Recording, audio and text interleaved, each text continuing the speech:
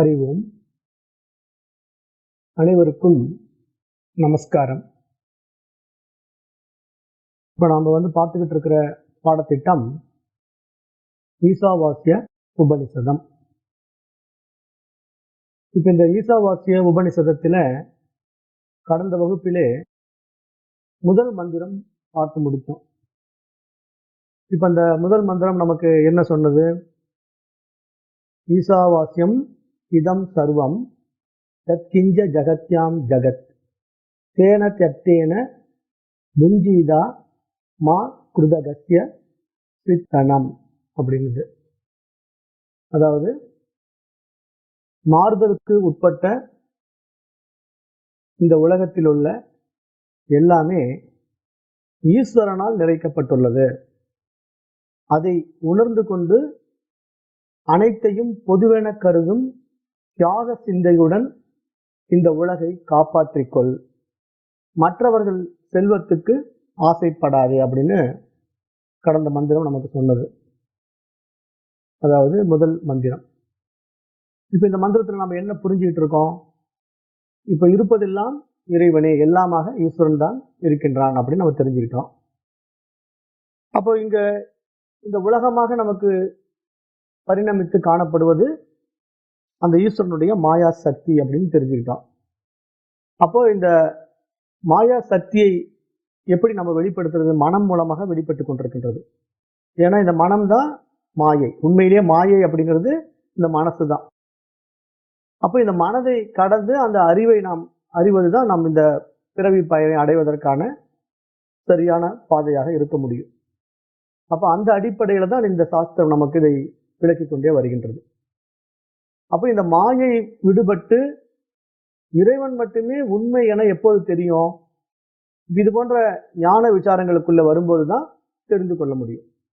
அப்பொழுது மட்டும்தான் நாம் வந்த நோக்கமும் நமக்கு புரியும். அப்போ அது ஒரு மாயை கனவு அப்படிங்கிறது நம்ம எப்ப புரிஞ்சுக்கிறோமோ அப்போ இங்க இறைவன் மட்டும்தான் இருக்கிறான். அதாவது இருப்பது இருந்தது எல்லாம் இறைவன் தான். அந்த இறைவன் எப்படி இருக்கிறான்? பார்க்கும் இடம் எங்கும் நீக்கமர நிறைந்திருக்கிறான். ஒரு குழந்தையில் இறைவன் தெரிகிறான், நம்முடைய குடும்பத்தில் இருக்கக்கூடிய கணவனில் இறைவன் தெரிகிறான், மனைவியில் இறைவன் தெரிகிறான், தீயவரில் கூட இறைவன் தெரிகிறான், பாவ புண்ணியத்திலும் இறைவன் இருக்கிறான், பாவியாகவும் இறைவன் இருக்கிறான். ஏனென்றால் வாழ்விலும் சாவிலும் கூட இறைவன் தான் இருக்கிறான். எங்கும் எதிலும் நீக்கமர இறைவன் நிறைந்திருக்கிறான் அப்படின்னு பார்த்தோம். இப்ப நமக்கு எப்படி எப்படி சாத்தியமாகும்? ஒரு தீயவர்களிடத்தில் கூட இறைவன் இருக்க முடியுமா? அப்ப இறைவன் எப்படி ஒரு மிக மகத்தானவனாக இருக்கக்கூடியவன் எப்படி ஒரு தீயவரிடத்தில் கூட இருக்க முடியும்? இது நம்மளால ஏத்துக்கவே முடியல அப்படின்னு நிறைய பேர் நினைக்கலாம். ஏன்னா இங்க இறைவன் மட்டும்தான் இருக்கிறான் அப்படின்னு நம்ம சொல்லும் போது இங்க என்ன புரிஞ்சுக்கணும்? இறைவனுக்கு வேறான எதுவுமே இல்லை அப்படிங்கும் போது அதுக்குள்ள எல்லாமே அடங்கிடுது. அப்ப அங்க இருமைகள் கிடையாது. இது உயர்வு, இது தாழ்வு, இது நல்லது, இது கெட்டது அப்படிங்கிற இருமைகள் எல்லாம் நம்முடைய மனம்தான் கற்பித்து வைத்துக் கொண்டிருக்கின்றது. நம்முடைய மனதினுடைய கற்பிதம் அப்படி. ஏனென்றால் இங்க எது உயர்வு எது தாழ்வு அப்படின்னு யாரால தீர்மானிக்கப்படுகிறது? நம்மால் தான் தீர்மானிக்கப்படுகின்றது.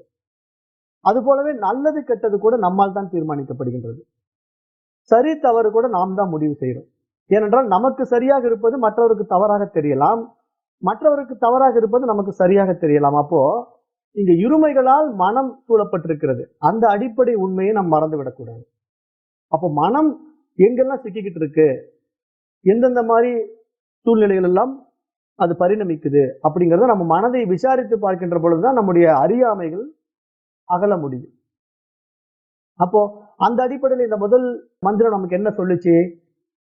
மற்றவருடைய செல்வத்தை அபகரிக்க நினைக்காதே, அனைத்தையும் தியாகம் செய்து விடு அப்படின்னு சொல்லுது.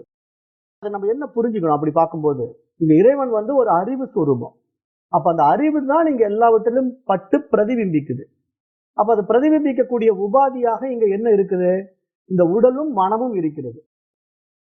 அப்ப இந்த உடலும் மனமும் எப்படிப்பட்டது அப்படின்னு நமக்கு தெரியும் போது அதனுடைய உண்மை தன்மை என்ன அப்படிங்கிறது நமக்கு புரிய வரும். அப்ப அதை யாருக்கு புரிய வைக்கணும்? இந்த மனதுக்கு தான் புரிய வைக்கணும். இப்ப மோட்சம் அப்படிங்கிற ஒரு விஷயம் ஆத்மாவுக்கு தேவையில்லை, மனசுக்கு தான் தேவைப்படுது.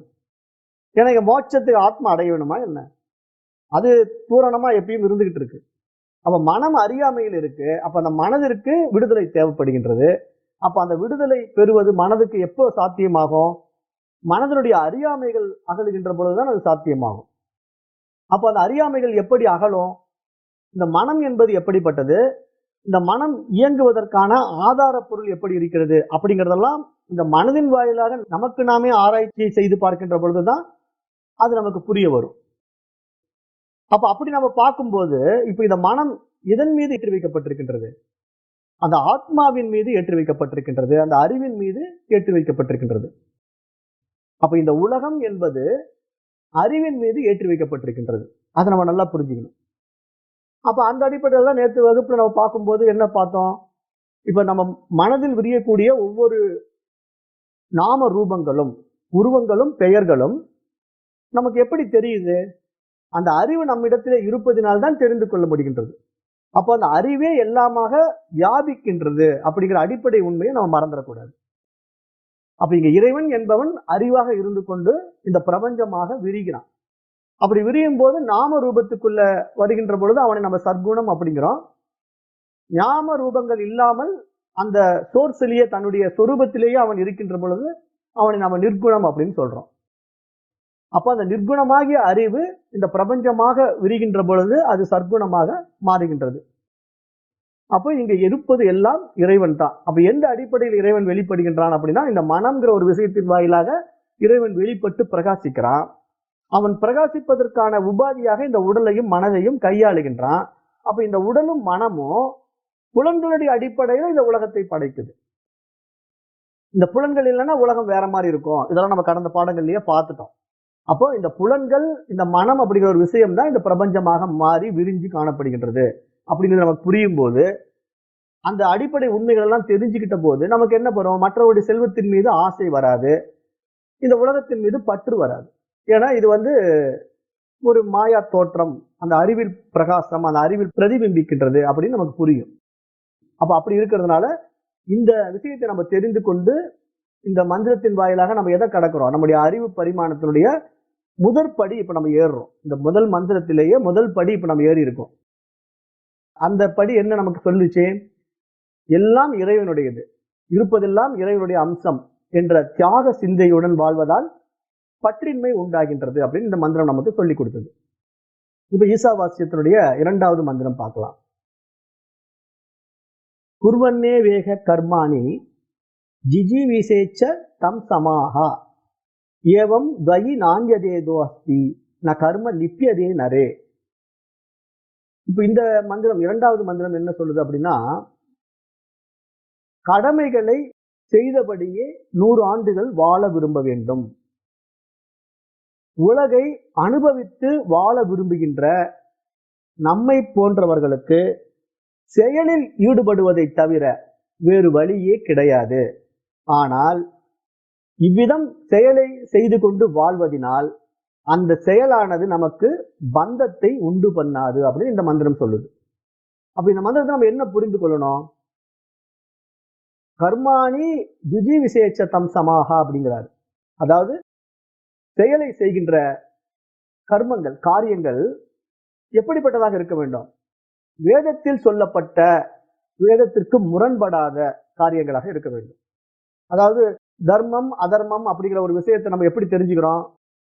வேதத்தை படிப்பதனால தெரிஞ்சுக்கிறோம். அந்த அடிப்படையில தான் இங்க நன்மை தீமைகளே நமக்கு சொல்லிக் கொடுக்கப்படுகிறது. அப்போ எது நன்மை எது தீமை அப்படின்னு பகுத்தறியக்கூடிய அந்த நித்திய அனித்திய விவேகமும் நமக்குள்ள உண்டாக்கப்படுகின்றது. அப்படி உண்டாக்குகின்ற பொழுது இப்ப உண்மையிலேயே இந்த அறிவு எதன் வாயிலாக விரிவடைகின்றது? இது மாதிரி கல்வியின் வாயிலாகத்தான் விரிவடைகின்றது. அப்ப அந்த கல்வியின் வாயிலாக நாம் என்ன மாதிரி பாடங்களை கற்றுக்கொள்ள வேண்டும்? தர்ம வழியிலே வாழ்வதற்கு, இந்த உலகத்திலே மற்றவர்களுக்கு தீங்கிழைக்காமல், தானும் மற்றவர்களால் பாதிக்கப்படாமல் சரியானபடி ஒரு செயலை செய்து அந்த செயலினால் வருகின்ற பின் விளைவுகள் தன்னை பாதிக்காத மாதிரி நாம் வாழ வேண்டும். அப்படி வாழ்வதுதான் இந்த நமக்கு நிர்ணயிக்கப்பட்ட நியதி அப்படின்னு இந்த மந்திரம் நமக்கு சொல்லுது. ஏன் அப்படி சொல்லுது அப்படின்னா, இந்த மனம் படைத்துக் கொள்கின்ற இந்த உலகம் இருக்கிறது இல்லையா, அது நாம் ஏற்றி வைத்துக் கொண்ட எண்ணங்களினுடைய அடிப்படையில இருப்பதினாலே, நல்ல எண்ணங்களை நாம் ஏற்றி வைத்துக் கொண்டால் இந்த உலகம் நமக்கு நன்மையாக தெரியும், தீய எண்ணங்களை ஏற்றி வைத்துக் கொண்டால் இந்த உலகம் நமக்கு தீமையாக தெரியும். அப்ப எண்ணங்களுடைய அடிப்படையில் தான் இந்த உலகம் விரிகிறது. அப்ப அதை நம்ம அடிப்படையா பார்க்கும்போது நம்ம எந்த மாதிரி விஷயங்களை உள்வாங்கணும் அப்படிங்கிறது ரொம்ப ஜாக்கிரதையா இருக்கணும்.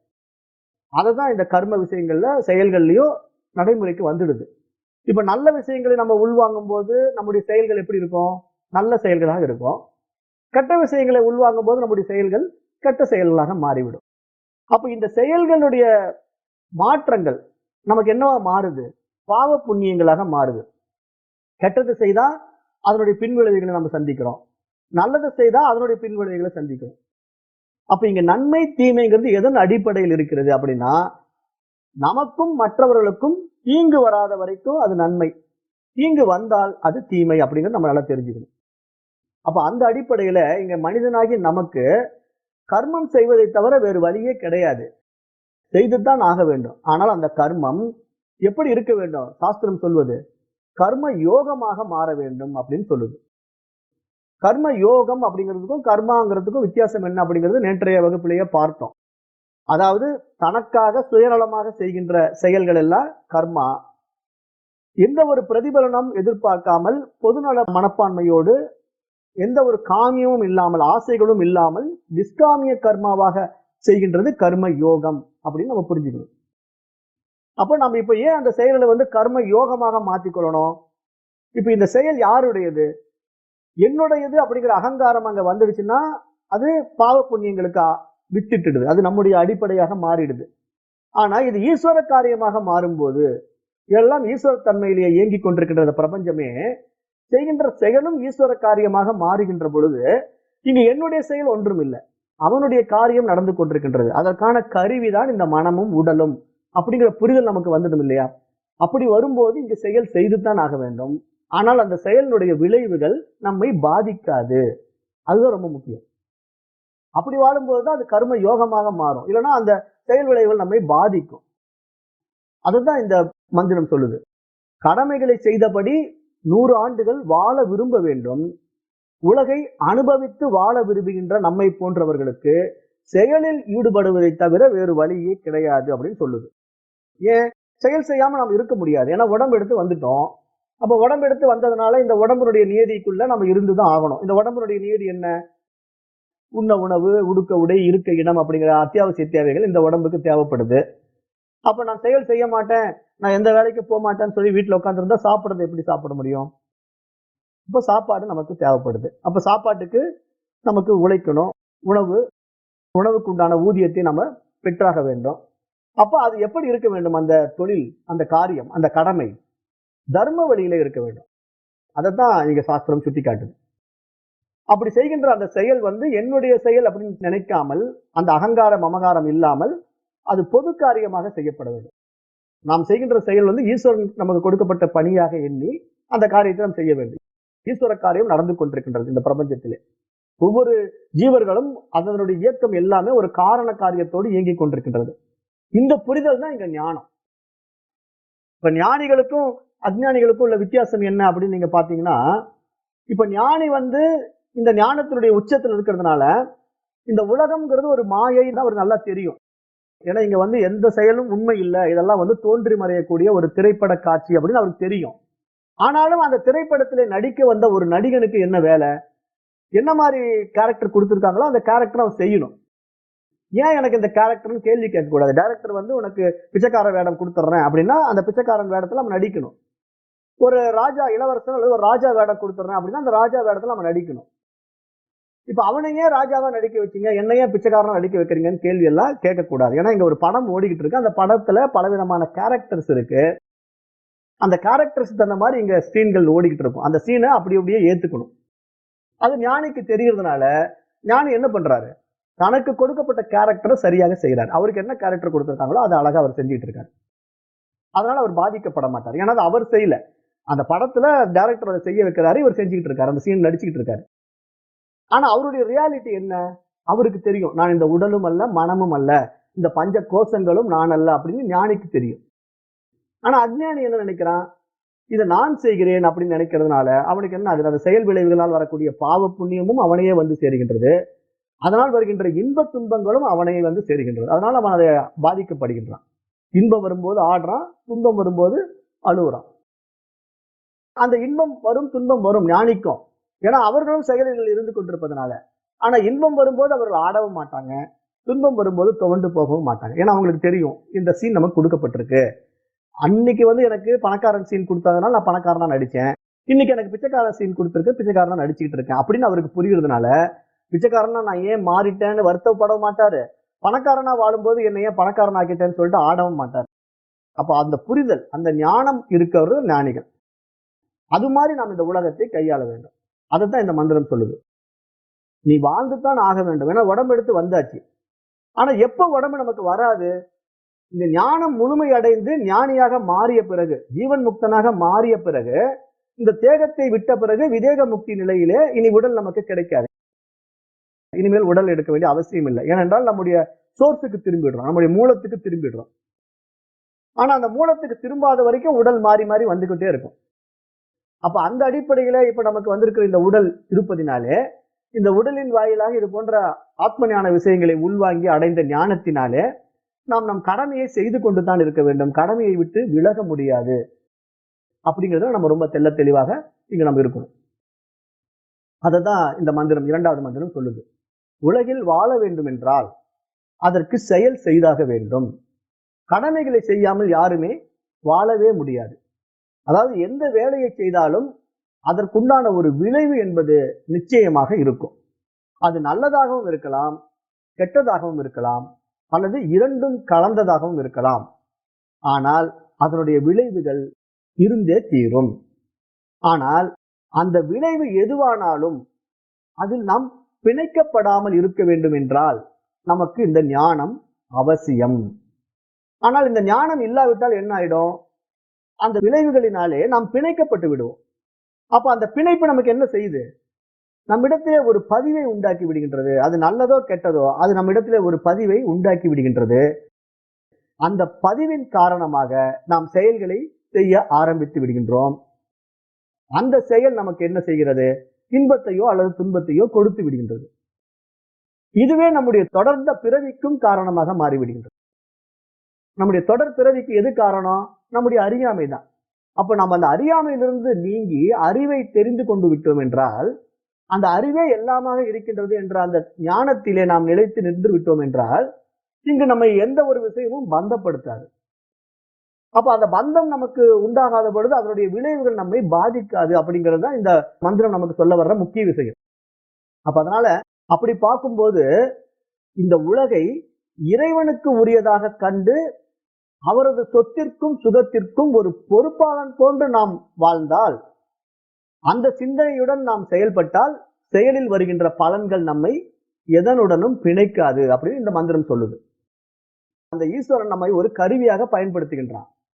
அந்த கருவியில நான் ஒரு காரியத்தை செய்து கொண்டிருக்கின்றேன் என்றால் அது அவனுடைய காரியம். என்னை நம்பி ஒரு பொறுப்பை கொடுத்திருக்கின்றான். அந்த பொறுப்புக்கு உண்டான பணியை நான் செய்து கொண்டிருக்கின்றேன். ஆனால் அந்த பணியினுடைய பலாபலன்கள் அவனுக்கே உரித்தானது, அது எனக்கானது அல்ல அப்படிங்கிற ஒரு தெளிந்த மனதோடு நாம் அந்த காரியத்தை செய்கின்ற பொழுது அந்த பலன்கள் நம்மை பிணைக்காது. அப்போ பாவ புண்ணியங்கள் நம்மை சேராது. அக வளர்ச்சிக்கான ஒரு ஆன்மீக சாதனையாக அது மாறிவிடுகின்றது அப்படின்னு இந்த மந்திரம் சுட்டி காட்டுது. அப்ப நம்ம நல்லா என்ன புரிஞ்சுக்கணும்? இந்த உலகினை இறைவனுக்கு உரியதாக கண்டு அதற்கேற்றபடி கடமைகளை செய்து வரும் பொழுது அதுவே நமக்கு ஒரு ஆன்மீக சாதனையாக ஆகின்றது. அப்ப அப்படி பார்க்கும்போது இப்ப இந்த உலகில இறைவனை நாம் எப்படி காண்பது? முதலில் நம்மில் நாம் இறைவனை காண்பதுதான் அதற்கு முதல் படி. இப்ப இந்த உலகமே ஈசாவாஸ்யம் இதம் சர்வம், இப்ப இருப்பதெல்லாம் இறைவனே அப்படின்னு எப்படி தெரியும்? அந்த இறைவன் யார் என்று நாம் விசாரித்து அறிகின்ற பொழுது, நம்மில் நாம் அந்த இறைவனை காணுகின்ற பொழுதுதான் நமக்கு வேறாக உள்ள இந்த பிரபஞ்சமும் இறைவனாக நமக்கு தெரியும். அப்ப நம்மை நாம் யார் என்று நம்மை நாமே விசாரித்து அறிய வேண்டும். அப்படி விசாரித்து அறிகின்ற பொழுது இந்த பாடத்திட்டம் எல்லாம் நமக்கு என்ன சொல்லுது? இந்த உடல், மனம், பிராணன், புத்தி, ஆன்மா ஆகிய இந்த 5 தொகுதி தான் நாம். இப்ப நாம் யார் அப்படின்னு நமக்குள்ள நம்ம விசாரம் பண்ணா, இப்ப நம்ம இடத்துல இந்த 5 விஷயங்கள் இருக்கு. என்னென்ன விஷயங்கள் இருக்கு? அன்னமய கோஷம் இருக்கு, மனோமய கோஷம் இருக்கு, பிராணமய கோஷம், விஞ்ஞானமய கோஷம், ஆனந்தமய கோஷம் என்ற 5 கோஷங்களால் சூழப்பட்ட நான் தனித்த ஆள் கிடையாது. இந்த கோஷங்களால் சூழப்பட்டிருக்கிறேன். அப்ப என்னிடத்துல என்னென்ன இருக்கு? இந்த 5 அம்சங்கள் இருக்கு. அப்ப அந்த 5 அம்சத்துல இந்த மனம், பிராணன், புத்தி இதெல்லாம் என்ன சொல்லப்படுது? பிரித்து வைத்துக் கொண்டு, அதாவது ஆன்மாவிலிருந்து பிரித்து வைத்துக் கொண்டு தன்னை தனித்துவமாக்கிக் கொண்டு ஜீவன் என்று சொல்லிக் கொள்கிறது. ஆனால் இந்த மனமோ பிராணனோ புத்தியோ எதன் மூலமாக பிரகாசிக்கின்றது?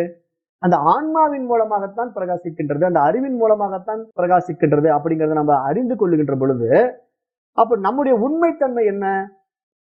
அந்த இறை அம்சமே நான், அந்த ஆன்மாவே நான் அப்படின்னு நமக்கு புரிய வரும். அதுதான் நம்முடைய உண்மை இயல்பு. அப்படிப்பட்ட ஆன்மாவை நாம் அறிந்து கொள்வதற்கு தான் இந்த ஞானம் தேவைப்படுது. அப்ப அந்த இறை அம்சத்தை, அந்த ஆன்மாவை நாம் அறிவதுதான் உலகில் இறைவனை காண்பதற்கான உன்னத வழி. அந்த வழி என்ன? தன்னைத்தான் அறிய முயற்சிக்கின்ற பொழுதுதான் அந்த இறைவன் எப்படிப்பட்டவன், இந்த உலகம் எப்படிப்பட்டது அப்படின்னு நமக்கு புரியும். அப்ப அந்த நிலைக்கு நம்ம இங்க உயரணும் அப்படிங்கறத இந்த மந்திரம் சுட்டிக்காட்டி, கடமையை செய்யாமல் இருக்க முடியாது. ஆனால் அந்த கடமை இறைவன் உனக்கு கொடுக்கப்பட்ட பணியாக நினைத்து கொண்டு செய். என் கடன் பணி செய்து கிடப்பதே. பெரிய பெரிய மகான்கள் எல்லாம் சொல்றாங்க. ஏன் என்னுடைய கடன் பணி செய்து கிடப்பதே? இங்க எனக்கு கொடுக்கப்பட்ட வேலை. இப்ப நம்ம சாதாரண உலகியல் வாழ்க்கையில போய் ஒரு மேனேஜருக்கு கீழேயோ ஒரு முதலாளிக்கு கீழேயோ வேலை செய்யறோம். அப்ப அந்த முதலாளிக்கு கீழே வேலை செய்யும் போது அவர் என்ன மாதிரி வேலைகள் கொடுக்கிறாரோ அதை நம்ம செய்யறோமா இல்லையா? எதிர்த்து பேசுறோமா? ஏன்னா அவர் நமக்கு மாசமான சம்பளம் கொடுக்கிறாரு. அப்ப சம்பளம் கொடுக்கறதுனால அவர் என்ன வேலையை கொடுக்கிறாரோ அந்த வேலையை நம்ம சரியா செய்யறோம். அவருக்கு விரோதமா நம்ம செயல்பட மாட்டோம். செயல்பட்டா என்ன ஆகும்? வேலையை விட்டு நீக்கிடுவாங்க. அப்ப நம்ம கிட்ட என்ன தோணுது? அந்த முதலாளிக்கு ஒரு விசுவாசமா நான் இருக்கணும், அந்த மேனேஜருக்கு ஒழுங்கா நம்ம நடந்துக்கணும், நம்முடைய கடமையை நம்ம சரியா செய்யணும்.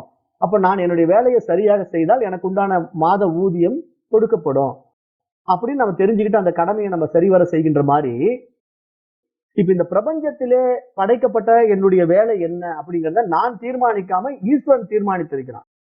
என்னை எதற்காக படைத்திருக்கிறான்ங்கிறது எனக்கு தெரியாது. ஆனா என்னை வைத்து சில காரியங்கள் இந்த பிரபஞ்சத்திலே நடந்து கொண்டிருக்கின்றது. அப்ப அதை அவன் செய்திருக்கிறான், நான் செய்கின்றேன். அப்ப இந்த செயல் என்னுடைய செயல் அல்ல, அவனுடைய செயல். இப்ப நீங்க முதலாளிக்காக செய்யக்கூடிய அந்த வேலையில உங்களுக்கு சம்பளம் மட்டும்தான், அதுல வர்ற லாப நஷ்டம் உங்களுக்கு சேராது இல்லையா? இப்ப நீங்க வேலை செய்யறீங்க, ஒரு பெரிய கம்பெனில வந்து வேலை செஞ்சுட்டு இருக்கீங்க, அந்த கம்பெனி ஒரு பிசினஸ்ல லாஸ் ஆயிடுது. உடனே உங்களுக்கு சம்பளத்தை பிடிச்சிடுறாங்களா? உங்களுக்கு கொடுக்கறத கொடுத்துருவாங்க, அவங்க அந்த லாஸ் அவங்க எடுத்துக்குவாங்க. அதே மாதிரி அந்த கம்பெனில நீங்க வேலை செஞ்சுட்டு இருக்கிற கம்பெனில நிறைய லாபம் வந்துடுது, பல கோடி ரூபாய் டர்ன் ஓவர் ஆயிடுது. உடனே உங்களுக்கு சம்பளத்தை உயர்த்திடுவாங்களா? கிடையாது. உங்களுக்கு கொடுக்கறத கொடுத்துட்டு இருப்பாங்க, அவங்க அந்த லாபத்தை அனுபவிப்பாங்க. அப்ப பாருங்க, ஒரு இன்பமோ துன்பமோ அது அந்த முதலாளியை சேர்ந்தது. அந்த தொழில வரக்கூடிய நஷ்டமாகட்டும் லாபமாகட்டும் அந்த முதலாளிக்கு சேர்ந்தது. தொழிலாளி எனக்கு என்ன, கொடுக்கப்பட்ட வேலையை நான் சரியா செய்யறேன், எனக்கு உண்டான சம்பளத்தை கொடுங்கன்னு வாங்கிட்டு போயிட்டே இருப்பான். அது மாதிரி இந்த பிரபஞ்சத்திலே நமக்கு கொடுக்கப்பட்ட காரியத்தை நாம் செய்து கொண்டிருக்க வேண்டுமே தவிர அதை ஏன் எதுக்குன்னு கேள்வி கேட்க கூடாது.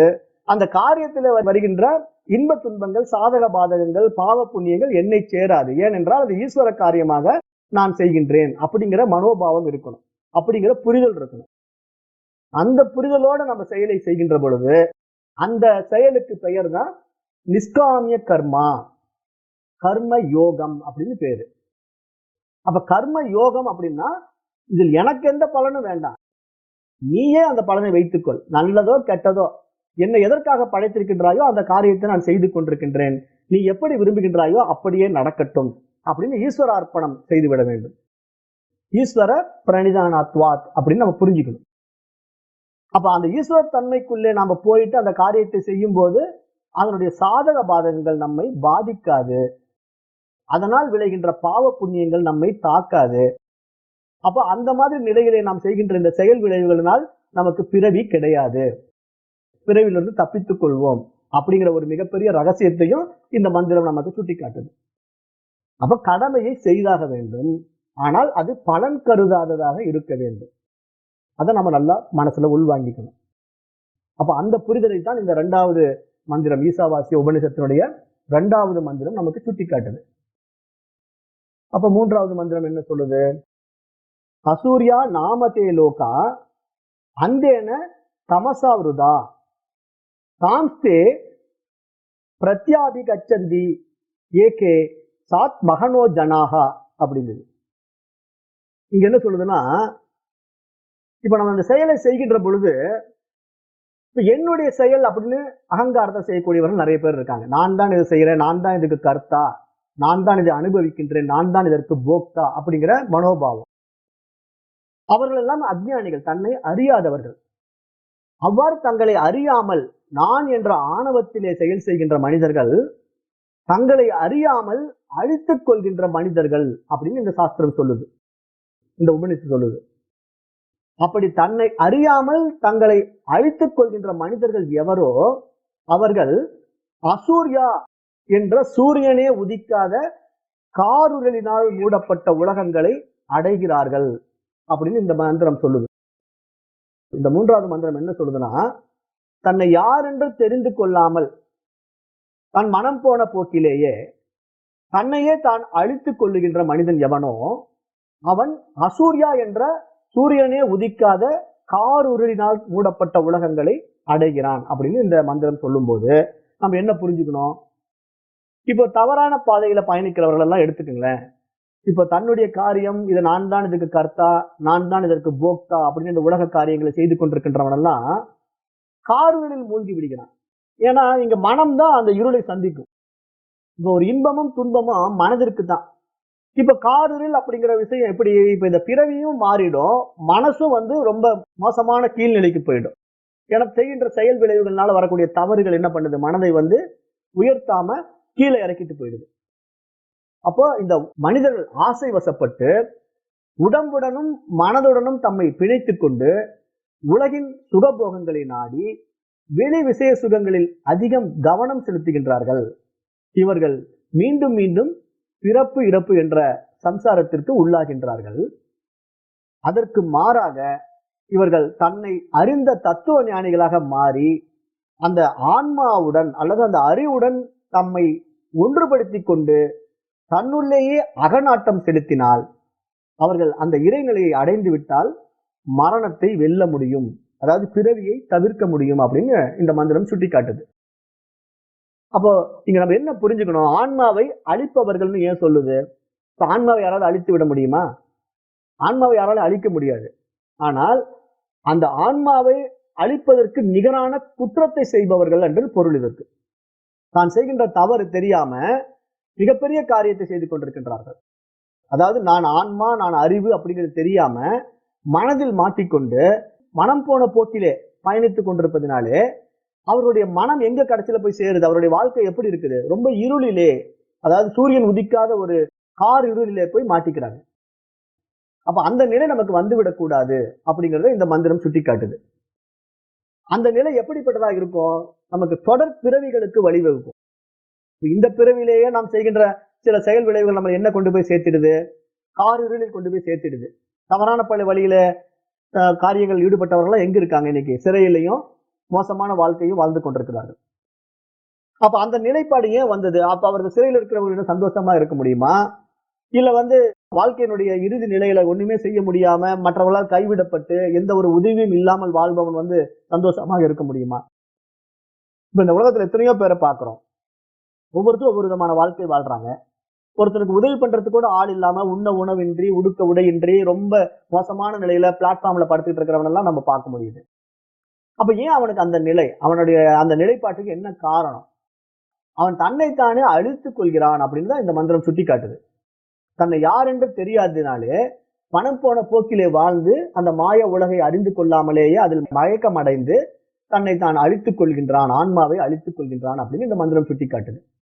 இந்த மந்திரம் அதை சொல்லும் போது என்ன சொல்லுது, மரணத்துக்கு நிகரான சூரியனே உதிக்க முடியாத இருண்ட உலகங்களை அடைகிறார். அப்ப இருண்ட உலகம்னா என்ன, அங்க மனம் எந்த ஒரு சந்தோஷமும் இல்லை, அங்க வெளிச்சமே கிடைக்காது, ரொம்ப காருல சிக்கிக்கிட்டு சிரமப்படுறோம். அதே சிலர் அந்த மாதிரி நிலையில உடம்பு விட்ட பிறகு மீண்டும் அவர்கள் பிறவி எடுக்கிறாங்க பாருங்க. அப்ப அவங்களுக்கு என்ன மாதிரி பிறவி கிடைக்கும், இடி பிறவி கிடைச்சிடும். மனசு ரொம்ப கடினமான நிலைக்கு போயிடுது இல்லையா? அப்படி போகும்போது அது என்ன பண்ணுதுன்னா, மேல் உலகம்ங்கிற இந்த பூமிக்கு மேல வாழாம பூமிக்கு கீழே வாழக்கூடிய பாதாள லோக வாழ்க்கை கிடைக்குது. பாதாள லோக வாழ்க்கையெல்லாம் எது வாழுது, இரும்பு, கரையானு, அப்புறம் பூரானு, இந்த மாதிரி பூச்சி புழுக்கள் எல்லாம் பாருங்களேன், பூமிக்கு அடியில தான் இருக்கும். அதுக்கெல்லாம் பூமிக்கு மேல வராது, வந்தா கொண்டுடுவாங்கன்னு தெரிஞ்சுட்டு பூமிக்கு அடியிலேயே இருக்கும். அப்ப அந்த இருள்லயும் அந்த புழுக்கத்திலையும் தான் அதனுடைய வாழ்க்கை.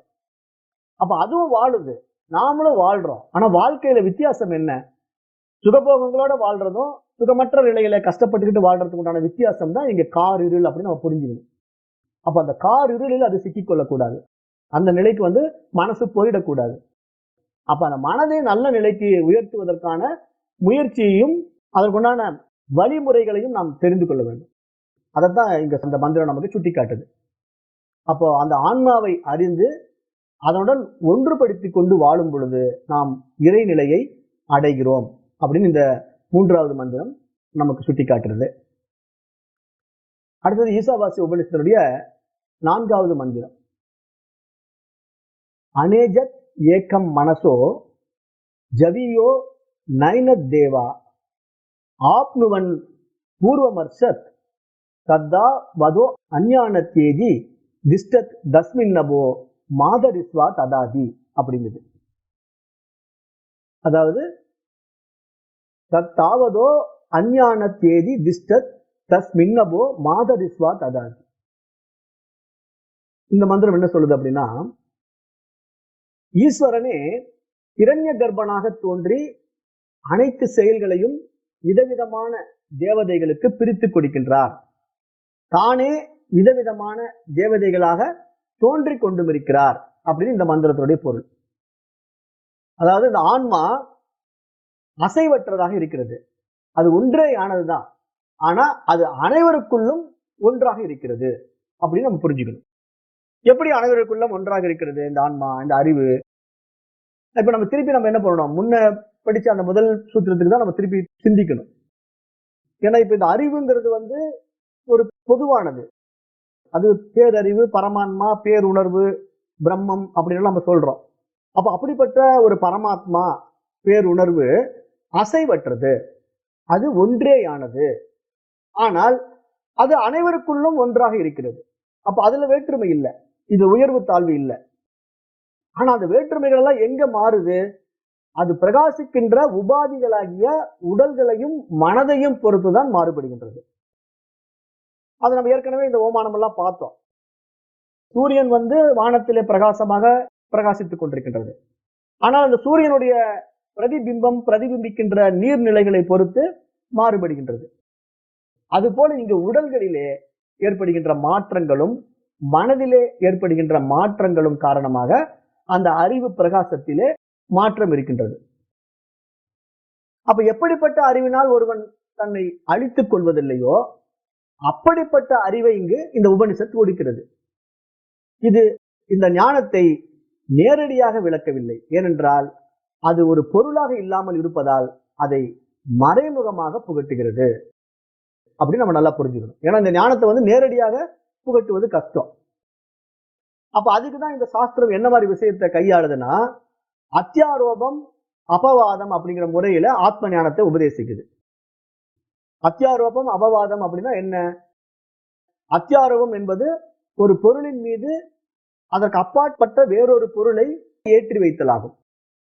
அப்படி ஏற்றி வைத்தால் அதற்கு அத்தியாசம் அல்லது அத்தியாரோபம் என்று பெயர். அதுவே அந்த ஏற்றி வைத்ததை நீக்கி விடுகின்ற பொழுது அது அபவாதம் என்று பெயர். அதை நம்ம நல்லா புரிஞ்சுக்கணும். இப்ப நம்ம இதை எப்படி புரிஞ்சுக்கலாம் அப்படின்னா, இப்ப பாம்பு கயிறு தான். இப்ப கயிறுங்கிற ஒரு விஷயம் ரோட்ல கிடக்குது. இப்ப நம்ம ஒரு மங்கிய வெளிச்சத்துல போகும்போது அது கயிறு அப்படின்னு தெரியறதுக்கு பதிலா நமக்கு பாம்பு மாதிரி தெரியுது, அப்படியே சுருண்டு வளைஞ்சு கிடக்கிறதுனால. இப்ப அந்த பாம்பை பார்த்த உடனே நமக்கு என்ன ஆயிடுது? பயம் வந்துடுது. அந்த பகுதியை கிராஸ் பண்ணி போகாம, அடடா பாம்பு கிடக்குது, எப்படி நம்ம அந்த பக்கம் போறது, எதாவது கொத்திடக்கூடாது அப்படிங்கிற பயத்துல நின்றுடுறோம். அப்ப அந்த பாம்புங்கிறது எதன் மீது ஏற்றி வைக்கப்பட்டிருக்கின்றது? அந்த கயிற்றின் மீது ஏற்றி வைக்கப்பட்டிருக்கின்றது. அப்ப அந்த கயிற்றின் மீது ஏற்றி வைக்கப்பட்டதினாலே அங்க நம்ம இடத்துல என்ன உண்டாகி விடுகின்றது? அறியாமை உண்டாகி விடுகின்றது. என்ன அறியாமை? கயிறுங்கிறது தெரியாம பாம்பு அப்படிங்கிற ஒரு பயத்தினால அந்த இடத்துல நமக்கு ஒரு அறியாமை உண்டாகி விடுகின்றது. இப்ப அந்த அறியாமை நீங்க வேண்டும் என்றால் நமக்கு என்ன செய்யணும்? அது பாம்பா கயிறா அப்படிங்கிறத கன்ஃபார்ம் பண்ணணும். அப்ப பாம்பா கயிறாங்கிறது எப்படி கன்ஃபார்ம் பண்றது? அதற்கு தேவையான வெளிச்சத்தையோ ஒளியையோ அந்த இடத்துல கொடுக்கணும். அப்ப அந்த இருள் சூழ்ந்த அந்த மங்கிய வெளிச்சத்துல நம்ம என்ன பண்றோம்? ஒரு வெளிச்சத்தை கொடுத்து பார்த்தா, அடடா இது பாம்பு இல்ல கயிறு தான் அப்படின்னு நமக்கு ஒரு புரிதல் வந்துடுது.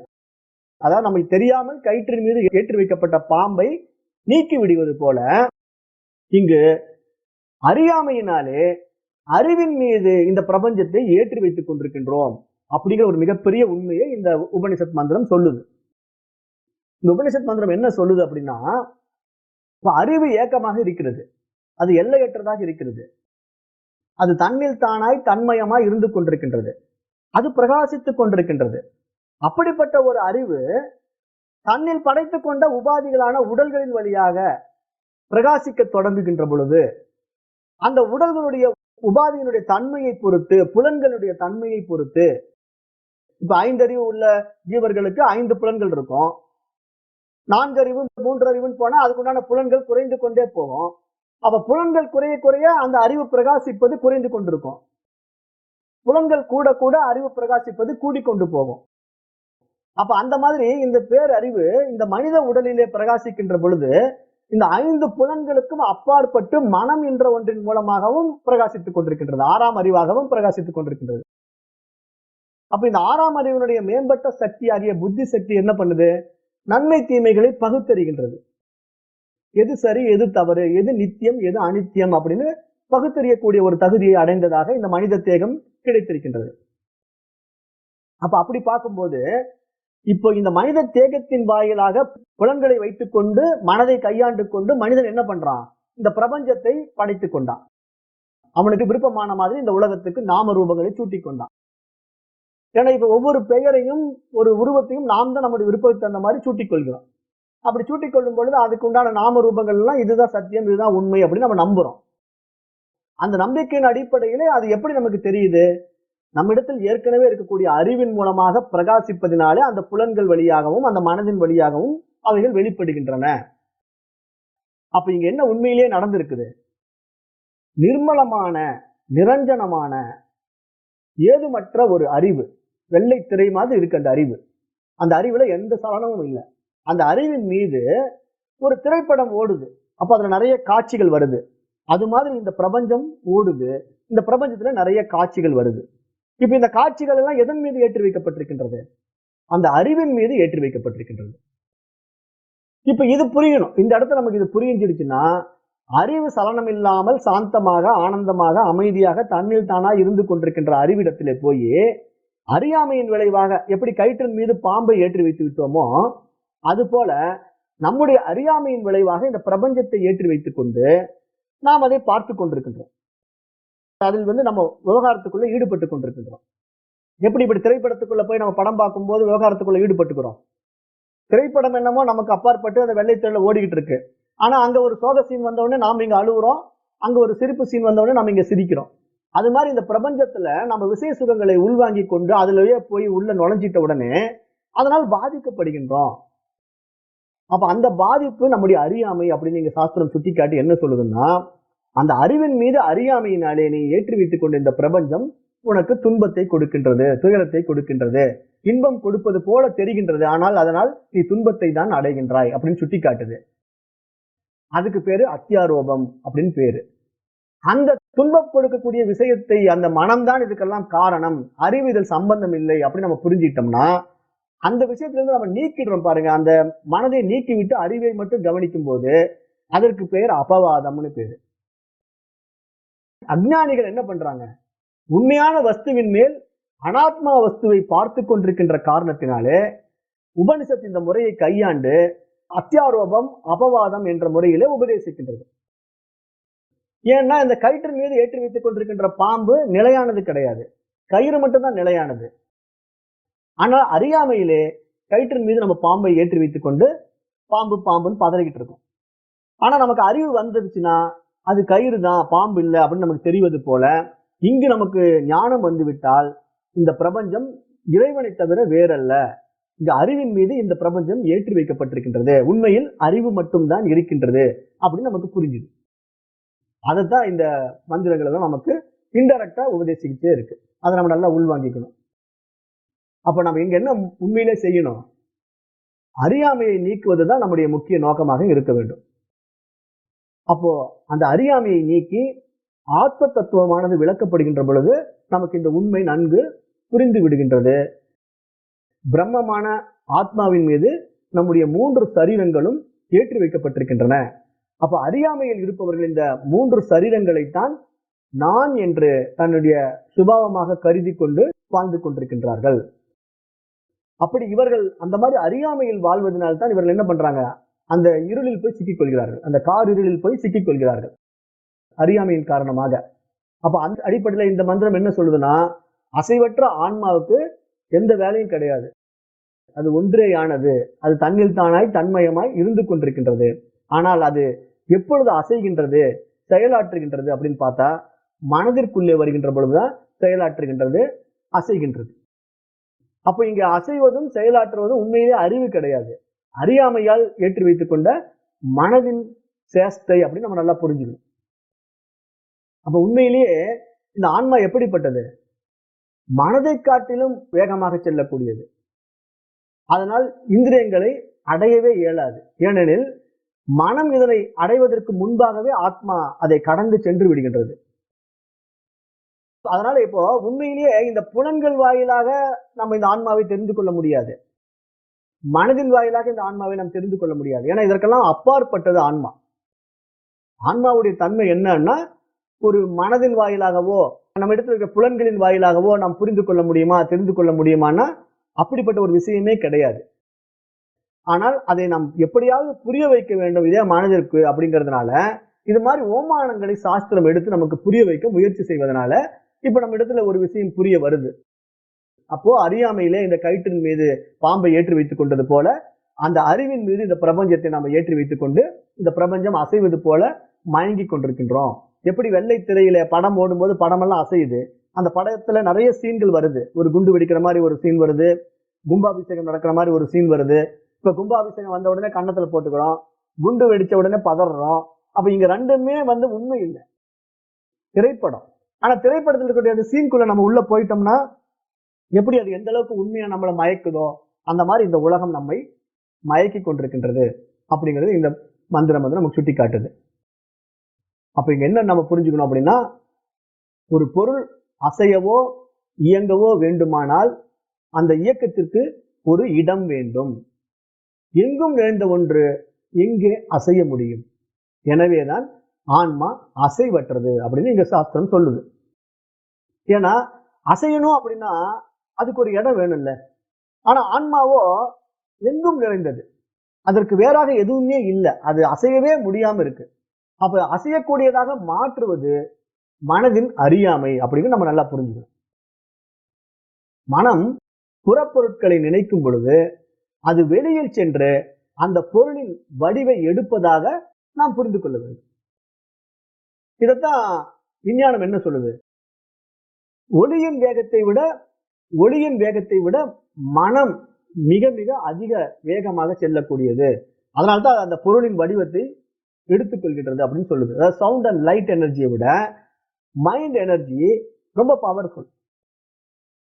ஆனா அவ்வளவு வேகமாக மனம் சென்றாலும் மனம் செல்வதற்கு முன்பாகவே அங்கே ஆன்மா இருக்கின்றது.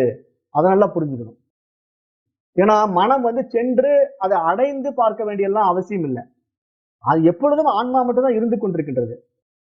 ஆனால் அந்த மனம் டிராவல் பண்ணி ஏதோ போய் அடைய போறேன் அப்படின்னு பயணிக்குது பாருங்க, அந்த பயணமே மனதனுடைய அறியாமையா தான் இருக்குது. ஏன்னா இது டிராவலிங் பாத்துக்குள்ள நான் இதை பிடிக்க போறேன், அதை பிடிக்க போறேன், இதை செய்ய போறேன்னு சொல்லிட்டு ஏதோ ஒரு வகையில முயற்சி பண்ணுது. ஆனா அந்த முயற்சியினுடைய பின் விளைவுகள் எல்லாம் மனதிற்கு என்ன ஆகுது, ஒன்றுமற்ற தன்மையாக ஆகிவிட்டது. எதன் முன்னாடி? ஆன்மாவின் முன்னாடி. ஏன்னா மனம் எதை அடைய நினைக்கின்றதோ அந்த அடையும் பொருள் அதை விட பவர்ஃபுல், ஏன்னா அது ஆன்மா. அப்ப அந்த அறிவு தான் இங்கு நான் அப்படிங்கறத நம்ம எப்ப தெரிந்து கொள்கின்றோமோ அப்ப அந்த அறியாமையில் நாம் ஏற்றி வைத்துக் கொண்ட இந்த மனதை நாம் விட்டுவிட வேண்டும். நம்முடைய தவறான புரிதல் என்பதை நாம் தெரிந்து கொள்ள வேண்டும். அப்படி தெரிந்து கொள்ளுகின்ற பொழுது இந்த மனம் நமக்கு எப்படி தோணணும், இது ஒரு மாயை அப்படின்னு நமக்கு நல்லா தெரியணும். ஏன்னா இங்க மாயை பிரம்மம் அப்படிங்கிற 2 விஷயம் ரொம்ப முக்கியம். பிரம்மம் என்பது அறிவு, மாயை என்பது மனம். இப்ப இந்த அறிவு சத்தியம், ஆனால் இந்த ஜகத் மித்தியா. அப்ப பிரம்மம் சத்தியம், ஜகத் மித்தியா அப்படிங்கிற அடிப்படையில இந்த மனம் உண்மையிலேயே கிடையாது. ஆன்மா இருப்பதினால இந்த மனம் பிரகாசித்துக் கொண்டு நான் இருக்கிறேன்னு சொல்லிட்டு ஆட்டம் போட்டுக்கிட்டு இருக்குது அப்படிங்கிற ஒரு உண்மை விஷயத்தையும் இந்த மந்திரம் நமக்கு உணர்த்துது. அதை எப்படி நமக்கு புரிஞ்சுக்கணும் அப்படின்னா, இப்ப அசையாத பொருளின் மீது அசைகின்ற ஒரு பொருளை நாம் இயக்க முடியும்.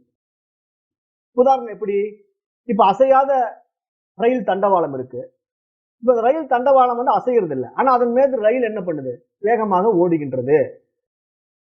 அது மாதிரி அசையாத திரை இருக்கிறது. அந்த அசையாத திரையின் மீது திரைப்படம் ஓடுகின்றது. அப்ப இங்க நம்ம என்ன புரிஞ்சுக்கணும்? அசையாத ஆன்மாவின் மீது அசைகின்ற மனம் ஓடுகின்றது அப்படிங்கிறது நல்லா புரிஞ்சுக்கணும். அப்ப வந்து பேஸ் என்ன? இங்க அசையாத ஒன்று இருந்தால்தான் அசைவே உண்டாக முடியும். ஆனால் அந்த உண்டாகின்ற அசைவு அசையாத ஒரு பொருளின் மீதுதான் ஏற்றி வைக்கப்பட்டிருக்கின்றது அப்படிங்கிறத நம்ம நல்லா புரிஞ்சுக்கணும். ஒரு ரயில் ஓடணும்னா வெறும் ரயிலை மட்டும் வச்சுக்கிட்டு ஓட்ட முடியாது. அந்த ரயிலுக்கு பேஸா இருக்கக்கூடிய தண்டவாளம் இருக்கணும். ஒரு திரைப்படம் ஓடணும் அப்படின்னா வெறும் பிலிம் ரோலை மட்டும் வச்சுக்கிட்டு ஓட்ட முடியாது. அது எதன் மீது ஓட்ட வேண்டுமோ அதுக்கு அசையாத ஒரு பொருள் அங்கு இருக்க வேண்டும். அப்ப அசையாத ஒரு பொருள் இருந்தால் தான், அந்த திரை இருந்தால்தான் அந்த திரையின் மீது திரைப்படத்தை நம்ம ஓட்ட முடியும். அது போல அந்த அறிவு இருப்பதினால்தான் இந்த மனம் செயல்பட்டு கொண்டிருக்கின்றது அப்படிங்கிற அடிப்படை உண்மை நமக்கு எப்ப தெரியுதோ அப்ப நம்ம மனதை கையாள கத்துக்கொள்வோம். ஏன்னா மனம் வந்து அறியாமையிலே இது மாதிரி நிறைய விவகாரங்களை ஏற்றி வைத்துக் கொண்டு கார்களில் சென்று சிக்கிக்கொள்ள முயற்சிக்கின்றது அப்படின்னு புரிஞ்சுக்கிட்டு அந்த ஆத்மாவுக்கு எதிரான, அந்த அறிவுக்கு எதிரான காரியத்தை நாம் செய்யாமல் தவிர்த்து விடுவோம் அப்படிங்கறத இந்த 4வது மந்திரம் நமக்கு சுட்டி காட்டுது. அப்ப இங்க நல்லா புரிஞ்சுக்கணும். இங்க அடிப்படை உண்மை என்ன அப்படின்னா, இறைவன் என்பவன் ஒரு பேரறிவாளன், பரமாத்மா, பரிபூரணம், பேருணர்வு அப்படின்னு என்ன வேணா அதுக்கு பேர் வச்சுக்கலாம். ஆனா அந்த உணர்வின் மீது இந்த உணர்ச்சிகள் ஏற்றி வைக்கப்படுகின்றன. எப்படி? மனதின் வாயிலாக. அப்ப மனதின் வாயிலாக அவைகள் ஏற்றி வைக்கப்படுவதனால்தான் நமக்கு இதெல்லாம் தெரியவும் வருது. ஏன்னா அந்த உணர்வு இருப்பதினாலே, அந்த பேருணர்வு பேரறிவு இருப்பதினால்தான் இதெல்லாம் நமக்கு உலகம் விரியுது. அது இல்லாமல் இந்த உலகம் நமக்கு விரியவே விரியாது, தெரியவே தெரியாது. அப்போ அந்த அடிப்படையான அந்த அறிவு தான் நான் என்று நாம் உணர்ந்து கொள்ளுகின்ற பொழுது நம்முடைய அறியாமைகள் எல்லாம் நீங்கி விடுகின்றது அப்படின்னு இந்த 4வது மந்திரம் நம்மை தெளிவுபடுத்துகின்றது. அடுத்தது 5வது மந்திரம். இப்ப இதெல்லாம் வந்து அந்த ஆத்மாவுடைய உண்மைத்தன்மையை நமக்கு சுட்டி காட்டுது இந்த உபநிஷத்து. அடுத்து 5வது மந்திரம். தத் ஏஜதி தன் நைஜதி தத் தூரே தத் வந்திகே தத அந்தர அஸ்ய சர்வஸ்ய தத் உசர்வஸ்யாஸ்ய பாக்யதஹா. இப்ப என்ன சொல்லுதுன்னா இந்த மந்திரம் ரொம்ப ரொம்ப அற்புதமான மந்திரம். இந்த 5வது மந்திரம் அது அசைகின்றது அப்படின்னு சொல்லுது. அப்புறம் அது அசையாமல் இருக்கின்றது அப்படின்னு சொல்லுது. அது அசைகின்றது, அது அசைவதில்லை. அது தூரத்தில் உள்ளது, அது மிக அருகில் உள்ளது. அது அனைத்தின் உள்ளேயும் உள்ளது, அது அனைத்தின் வெளியேயும் உள்ளது அப்படின்னு இப்படி சொல்லிடுது. இப்ப நம்ம மேலோட்டமா இந்த உபனிஷத் மந்திரத்தை படிச்ச உடனே நமக்கு ஒண்ணுமே புரியாது, ஒரே குழப்பமா இருக்கும். என்னடா இது அசைகிறதுங்கிறது, அப்புறம் அசைய மாட்டேங்கிறது, அப்புறம் தூரத்தில் உள்ளதுங்கிறது, அப்புறம் பக்கத்தில் உள்ளதுங்கிறது, அப்புறம் அனைத்திலும் உள்ளதுங்கிறது, அப்புறம் எதுலையுமே இல்லைங்குது. அப்ப எப்படி இதை புரிஞ்சுக்கிறது? ஒரே கன்ஃபியூஷனா இருக்கு இல்லையா? இப்ப இதை வந்து ஒரு நல்ல தெளிவான புரிதலோட நம்ம புரிஞ்சுக்கணும். இப்ப ஆன்மா, கடவுள் அப்படிங்கிற உண்மைகள் வந்து ஆராய்ச்சிக்கு அப்பாற்பட்ட ஒரு விஷயம். இவற்றை நம்முடைய சாதாரண அறிவினாலே புரிந்து கொள்ள முடியாது. அதைத்தான் வேதங்களும் உபநிஷதங்களும் நமக்கு விளக்க முற்படுகின்றது. புலன்களுக்கு எட்டாத ஒன்றை புலன்களால் விளக்க முற்படுகின்ற மந்திரம் இது. இந்த மந்திரம் எப்படின்னா, ஆன்மாவை புலன்களால் அறிந்து கொள்ள முடியாது, மனதினால் அறிந்து கொள்ள முடியாது. ஆனால் இப்ப நம்ம என்ன பண்ணிட்டோம்? மனித உருவம் எடுத்து 5 புலன்களை கொண்டு 6வது புலனாகிய மனதையும் கொண்டு நம்ம இந்த வகுப்புக்கு வந்திருக்கிறோம். அப்ப நமக்கு மற்ற ஜீவராசிகளோட உயர் பரிமாணத்தில் நாம் இருக்கிறோம். ஏன்னா நன்மை தீமைகளை பகுத்தறியக்கூடிய ஒரு மனோசக்தி படைத்தவனாகவும் புத்தி சக்தி உள்ளவனாகவும் 5 புலன்களையும் நல்ல ஒரு படைப்பாற்றலோட, பார்ப்பதை புரிந்து கொள்ளக்கூடிய ஒரு சக்தி ஆற்றலோட இருக்கக்கூடியவனாக இருக்கிறோம். அப்படிப்பட்ட நமக்கு இந்த உபநிஷத்து உபதேசிக்குது. என்ன சொல்லுதுன்னா, ஆன்மா எங்கும் நிறைந்ததாக இருப்பதால் இந்த முரண்பட்ட கருத்துக்கள் சாத்தியமாகின்றன அப்படிங்குது. ஏன்னா என்ன மாதிரி முரண்பட்ட கருத்துக்கள்? அது அசைகின்றது, அது அசைவதில்லைன்னு சொல்லுது. அது தூரத்தில் உள்ளது, மிக அருகில் உள்ளது அப்படின்னு சொல்லுது. அது அனைத்திலும் உள்ளே உள்ளது, அனைத்தின் வெளியேயும் உள்ளது அப்படிங்குது. அப்ப நம்ம அந்த அடிப்படையில பார்க்கும்போது இந்த பிரபஞ்சத்தின் இயக்கங்கள் அனைத்திற்கும் ஆதாரமாக எது இருக்கின்றது என்றால் ஆன்மா. அப்ப எல்லாமே இந்த பிரபஞ்சம் எப்படி இயங்குகின்றது, அந்த இயக்கத்துக்கு எது காரணமாக இருக்கின்றது, அந்த அசைவிற்கு எது ஆதாரம் அப்படின்னு பார்த்தா ஆன்மா. அப்போ அந்த ஆன்மா இருப்பதினால்தான் அசைகின்றது அப்படின்னு நம்ம சொல்றோம். ஆன்மா என்ற நிலையில், அதாவது அது எங்கும் நிறைந்த நிலையில் அதற்கு அசைவில்லை. ஆனால் அது பிரபஞ்சமாக மாறுகின்ற பொழுது அது அசைகின்றது அப்படின்னு இதுக்கு அர்த்தம். அசைகின்றது அசையவில்லை அப்படின்னா என்ன அர்த்தம்னா, அசையாத அறிவின் மீது அசைகின்ற மனம் ஏற்றி வைக்கப்பட்டிருக்கின்றது. அப்ப அதனால நமக்கு அது அசைகின்றதுன்னு சொல்லலாம், அசையவில்லைன்னு சொல்லலாம். ஏன்னா அசையாத அறிவின் மீது அசைகின்ற மனம் ஏற்றி வைக்கப்பட்டிருக்கின்றது. அப்போ அது அசைகின்றது அசையவில்லை அப்படிங்கிறதுக்கு அர்த்தம் இதுதான். பிரபஞ்சத்தின் இயக்கத்திற்கு ஆதாரமாக எது இருக்கின்றதோ அது அறிவு. மனதின் இயக்கத்திற்கு எது ஆதாரமாக இருக்கின்றதோ அது அறிவு. அந்த அறிவு அசைவதில்லை, ஆனால் அந்த மனம் அசைகின்றது. அதத்தான் இந்த மந்திரம் நமக்கு சொல்லுது. அசைகின்றது அசைவதில்லை. அப்புறம் நம் ஒவ்வொருவரின் உள்ளேயும் ஆன்மா உள்ளது. அப்படி இருப்பதினாலே அது மிக அருகில் உள்ளது. அதை நாம் உணராத நிலையில் அது தூரத்தில் உள்ளது. அப்ப என்ன இங்க புரிஞ்சுக்கணும்? ஆன்மா அருகில் உள்ளது, ஆன்மா தூரத்தில் உள்ளது. அப்ப எப்படி புரிஞ்சுக்கணும்? தன்னைத்தான் அறிந்து கொண்ட தத்துவ ஞானிகளுக்கு ஆன்மா அருகில் உள்ளது. தன்னைத்தான் அறிந்து கொள்ளாத அஞ்ஞானிகளுக்கு ஆன்மா தூரத்தில் உள்ளது. இப்ப புரியுதுங்களா? இப்ப ஆன்மா, இறைவன், பிரம்மம் அப்படிங்கிற ஒரு விஷயம் அஞ்ஞானிகளை பொறுத்த வரைக்கும் எப்படி இருக்குது? அது எங்கேயோ இருக்குது. அது எங்கேயோ இருக்குது. அது கடவுளுங்கிறவர் எங்கேயோ ஒரு லோகத்தில் இருக்கிறாரு. அவரை நம்ம பார்க்க முடியாது, அவரை நம்ம தெரிஞ்சுக்க முடியாது, அவரை நம்ம உணர முடியாது. ஆனா அவர் கல்லுல இருக்கிறாரு அப்படின்னு போய் டெய்லி கோயிலுக்கு போயிட்டு கல்லை தொட்டு வணங்கிட்டு இருக்கிற கூட்டங்கள் தான் அஞ்ஞான கூட்டங்கள். ஆனா அந்த ஆன்மா தன்னில் இருக்கின்றது என்று தன்னால் உணர்ந்து கொண்ட தத்துவ ஞானிக்கு அந்த ஆன்மா தன் அருகில் இருக்கின்றது என்பதை தெரிந்து கொள்ள முடியும். அதைத்தான் இந்த மந்திரம் சுட்டி காட்டுது. அது அருகில் இருக்கிறது, அது தூரத்தில் இருக்கிறது அப்படிங்கிறது இந்த மந்திரத்தினுடைய சாராம்சம். அது போலவே இறைவன் என்ற நிலையில் அது எங்கும் நிறைந்ததாக இருப்பதால் அனைத்தின் உள்ளேயும் உள்ளது, வெளியேயும் உள்ளது. அதை நம்ம நல்லா புரிஞ்சுக்கணும். ஏன்னா இங்க பிரம்மம், அந்த அறிவு எப்படிப்பட்டதா இருக்குது? எங்கும் எதிலும் நீக்கமர நிறைந்ததாக இருக்கின்றது. ஏனென்றால் எதை அறிந்து கொண்டால் வேறு எதையும் அறிய தேவையில்லையோ அதை அறிவதே அறிவு அப்படிங்கிறது தான் ஆத்மாவுடைய முக்கிய விஷயம்.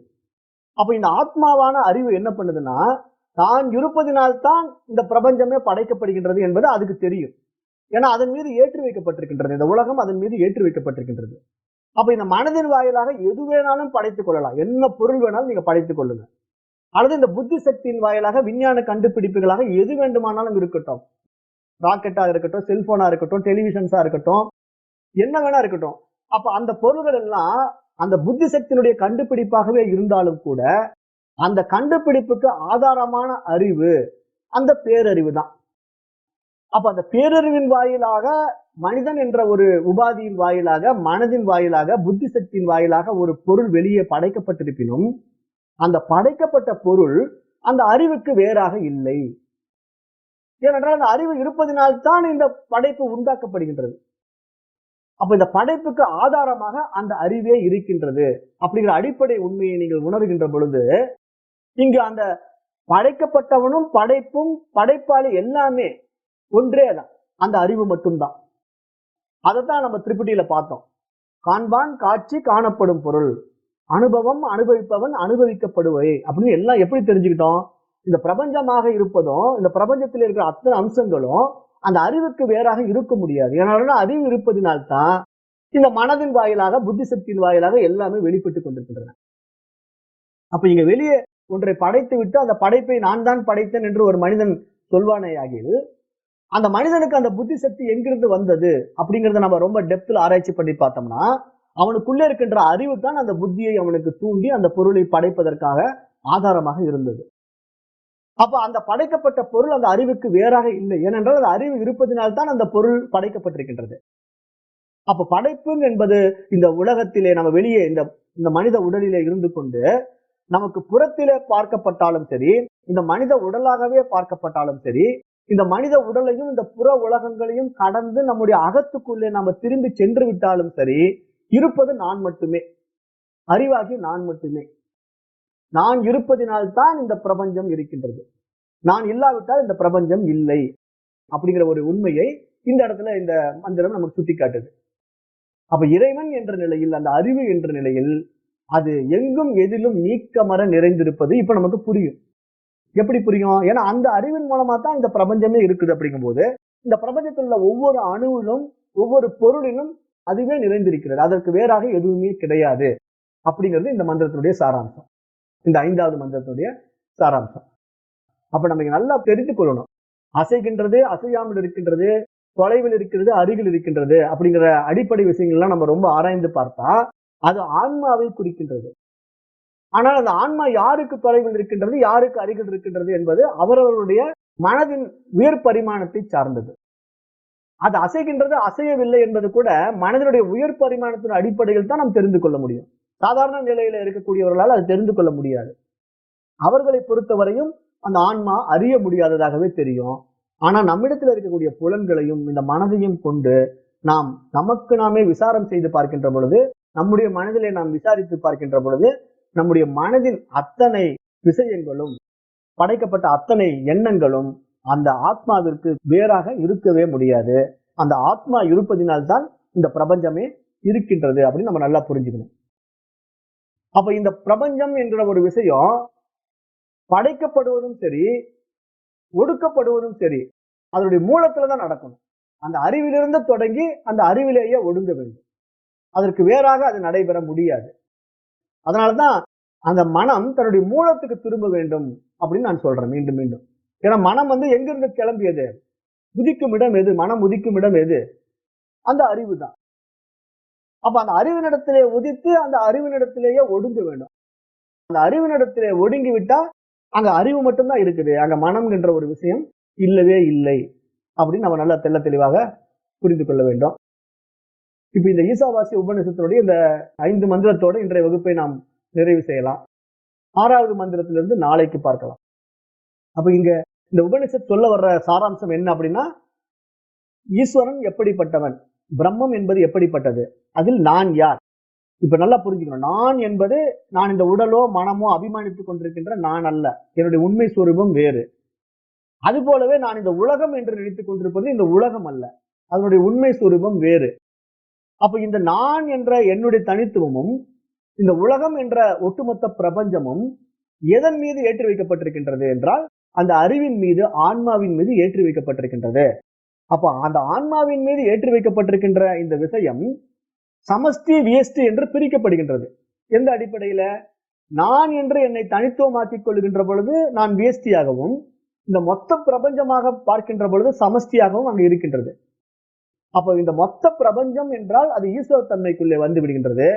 நான் என்று என்னை தனியாக பிரித்துக் கொள்ளுகின்ற பொழுது ஜீவன் தன்மைக்கு வந்து விடுகின்றது. அப்ப இங்க ஜீவன், ஈஸ்வரன், பிரம்மம் என்ற விஷயத்தை நாம் ரொம்ப ஆழமாக கையாள கற்றுக்கொண்டோம் என்றால் இங்கு இருப்பது பிரம்மம் மட்டுமே, பரமாத்மா மட்டுமே, அறிவு மட்டுமே என்பதை தான் இந்த உபநிஷத்து நமக்கு ஆணித்தரமாக உபதேசிக்க வந்திருக்கின்றது. அப்ப இன்னும் இதை மேலும் மேலும் போக போக இது நாம் செய்யக்கூடிய அறியாமைகள், தவறுகள், நம்முடைய கர்ம காரியங்களை செய்கின்ற பாதிப்புகள் எல்லாமே இந்த உபநிஷத்து நமக்கு எடுத்து சொல்லும். அப்புறம் கடைசியா நம்ம அந்த அறிவை அறிவதற்கான வழிமுறையும் சொல்லிக் கொடுக்கும். அது பிரார்த்தனை மூலமாக சொல்லிக் கொடுக்கும். இதெல்லாம் நம்ம போக போக வகுப்புல பார்ப்போம். நாளைய வகுப்பிலிருந்து நம்ம 6வது மந்திரத்தை பார்க்கலாம். இன்றைய வகுப்பை இத்துடன் நிறைவு செய்கின்றேன். நன்றி. ஓம் தத் சத்.